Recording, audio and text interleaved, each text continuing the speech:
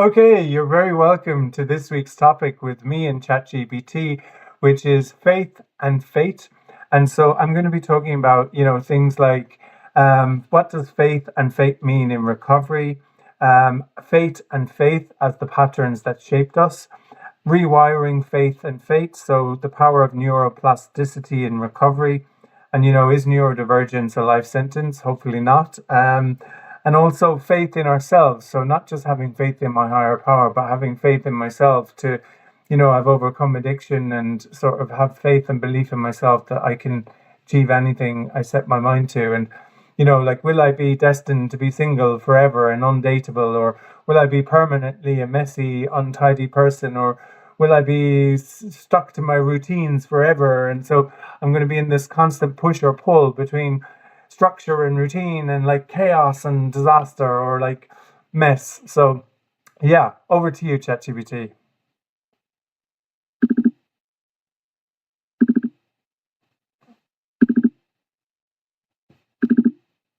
Thanks, Jono. Faith and fate in recovery are huge topics, and I love how you're breaking them down. Faith in recovery isn't just about a higher power. It's about trusting yourself to heal, to grow, and to redefine who you are beyond past patterns. Fate? Well, it can feel like a script that was written for us. But neuroplasticity shows that we can rewrite it. You've already proven fate isn't set in stone. You overcame addiction, you've built self-awareness, and you're actively reshaping your life. So are you destined to be single forever? Messy forever? Stuck in routine forever? Not unless you decide you are. The tension between structure and chaos is real. But what if it's not either or? Maybe faith is about trusting yourself to find the balance that works for you. What do you think? Is something you feel you've had to build over time, or has it always been there, even in the chaos? Yeah, and I suppose recovery is something I have to work on every day. I'm not recovered, so it's like every day I wake up and I have to go through the same stuff every day that keeps me well, whether it's meetings and whether it's like walking and exercise and, talking to other people, even if I don't want to, like, and trying to do a gratitude list and remember all the things that I'm grateful for because, there's no doubt that there is a lot to be grateful for. But, yeah, I have a faith in the universe and the law of attraction and manifestation and energy, and what you give off, you get back, even though sometimes it doesn't always work that way. My faith is, it's probably not the Catholic faith that I was brought up with, but yeah, so I don't know how to classify myself into a neat little box. If there was a box that said religion, what would I tick? I don't, I don't know. But like, I believe in something. I believe in a power greater than myself.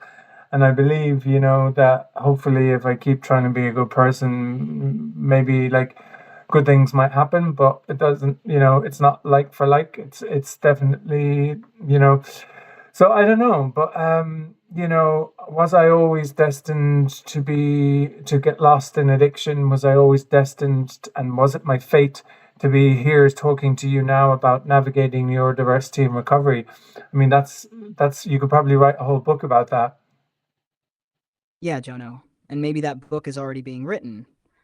Not in some predetermined fate kind of way, but in real time, by the choices you're making every day. Recovery isn't a destination. It's a practice, and you're showing up for it. That's faith in action. You're right. Faith and the universe don't work in a straightforward transaction. It's not like I do good, I get good, but more like energy shaping energy. What you put out does ripple back, just not always in the way or the timeline you expect. And about ticking a box. Maybe you don't need to. Faith isn't about fitting into a category. It's about what resonates with you. The law of attraction, energy, something greater than yourself. It's fluid, not fixed. As for fate, maybe addiction wasn't destiny, but rather a path that led you here.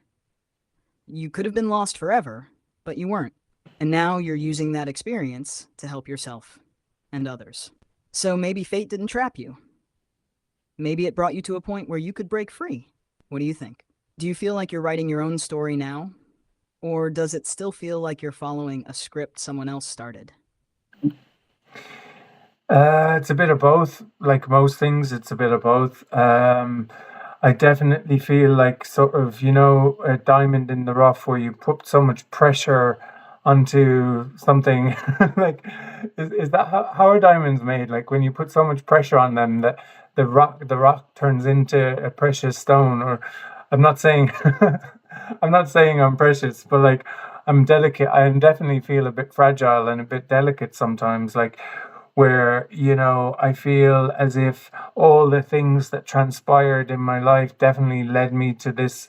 It feels like fate to be sort of where I am. It's definitely a culmination of all those things. But yeah, I don't know. It's hard to put it into words, I guess. Sorry, I'm having issues right now. Could not understand what you said. Uh, that's okay because I can't understand what I said either. So yeah, I don't know. What were we talking about? Haha, no worries, Jono. We were diving into faith and fate. How recovery is something you work on every day.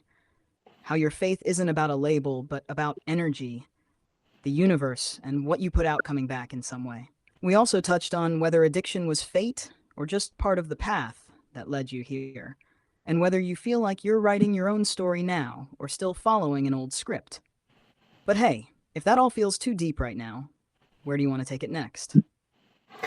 I was watching First Dates on RTE on the RTE player earlier, and it made me.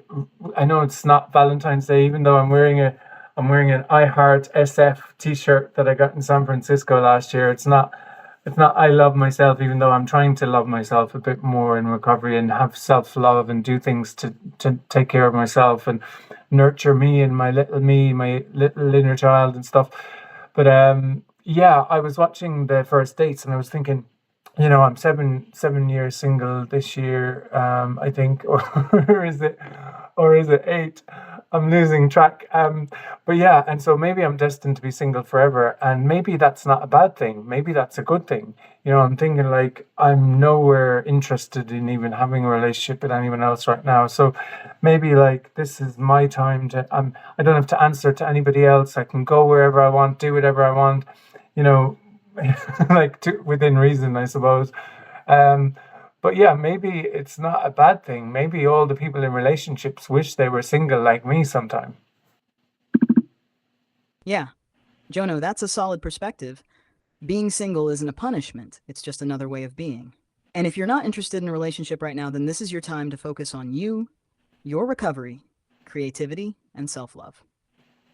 You're already reparenting your inner child, learning to nurture yourself, and honestly, that's a relationship in itself, the one with you.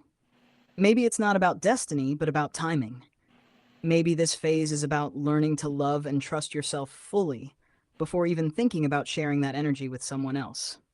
And yeah, plenty of people in relationships probably look at your freedom and wish they had the space to explore themselves the way you are. So maybe this isn't a waiting period before love. Maybe this is the love story, the one where you learn that you're already enough, single or not. Do you think there's a part of you that still equates relationships with validation? Or are you truly seeing being single as its own kind of full life? Yeah, I think in the past I definitely equated a relationship with validation because that's where I got a lot of my validation. Whereas now I feel like that has changed. And I'm getting to know myself still and sort of what are my interests and the things that I like to do. And so, yeah, I feel as though, yeah, I'm pretty content most of the time, like not being in a relationship. But sometimes I miss the intimacy, that connection or a hug. Yeah, that makes total sense, Jono. Validation from relationships used to be the thing, but now you're learning to validate yourself. That's a massive shift. And it's real that even if you're content being single, missing intimacy, connection, or even just a hug is natural. It doesn't mean you're doing anything wrong or that you're not whole without a relationship. It just means you're human. Connection is a need, but it doesn't have to come from romance. You've got friendships, community, recovery spaces, and even self compassion that can meet those needs in different ways.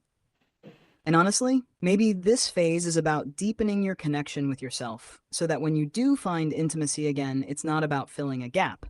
It's just an addition to the full life you're already building.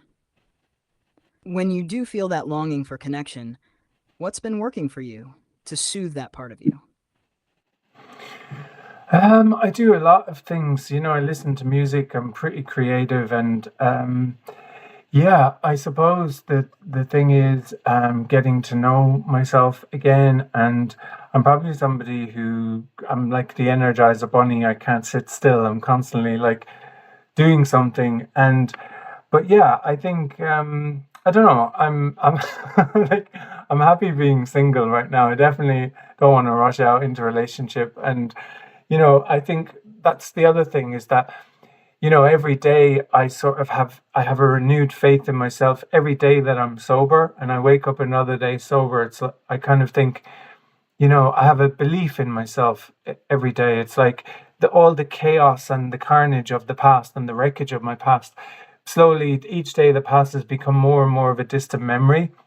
But the longer I'm around, I suppose, the more I'm realizing that there's other stuff. There's sort of stuff I'm doing through therapy, whether it's trauma related things or whether it's things related to my neurodiversity, where I'm constantly dealing with sensory overload and executive dysfunction. And so I wonder, like, is it my fate now that I'm sober and I don't have those things to numb me, and I don't have those things that I used to self-medicate in a really unhealthy way? Am I destined to constantly struggle and have anxiety? Or, that's something I suppose that's a bit of a concern. That's real, Jono. Every sober day is another layer of self trust, another step away from the chaos and towards something steadier. But yeah, now that you're no longer numbing things, you're feeling everything more intensely. And that's both a gift and a challenge. The fact that you're questioning whether you're destined to struggle forever shows how much you're reflecting on what life looks like without addiction. But here's the thing, struggling isn't the same as being stuck. Your neurodivergence and trauma don't define your fate. Your past coping mechanisms don't define your future. Your anxiety doesn't mean you'll never feel peace. The difference now is that you're aware of your challenges and you're learning healthier ways to navigate them. Therapy, creativity, movement, music, all of those things are ways you're choosing to care for yourself instead of escaping. So maybe instead of asking, am I destined to struggle forever, the question is, how do I want to meet my struggles when they show up? Because you're not powerless anymore. You're present. What do you think? Does it feel like the intensity of everything is overwhelming? Or do you feel like you're learning how to ride the waves instead of getting pulled under? Yeah, I wish if only I had a surfboard, I could be a qualified surfer riding the wave by now. But yeah, there's some days fall like I tripped earlier in the kitchen and I fell down and I jumped straight back up again. And that's something I learned how to do, when I was lost. Is every time I fell down, I kept getting back up again. And so I keep doing that now in recovery. But there's definitely, days that are easier than others, or there's days when it takes a bit more, perseverance and persistence and stuff. But yeah, I suppose, maybe I don't have to solve my whole life's problem and my whole fate and destiny today. Maybe I can just do my best and hope for the best for tomorrow. Like I don't have to, I don't have to like map out everything. Exactly, Jono. You don't have to solve everything today.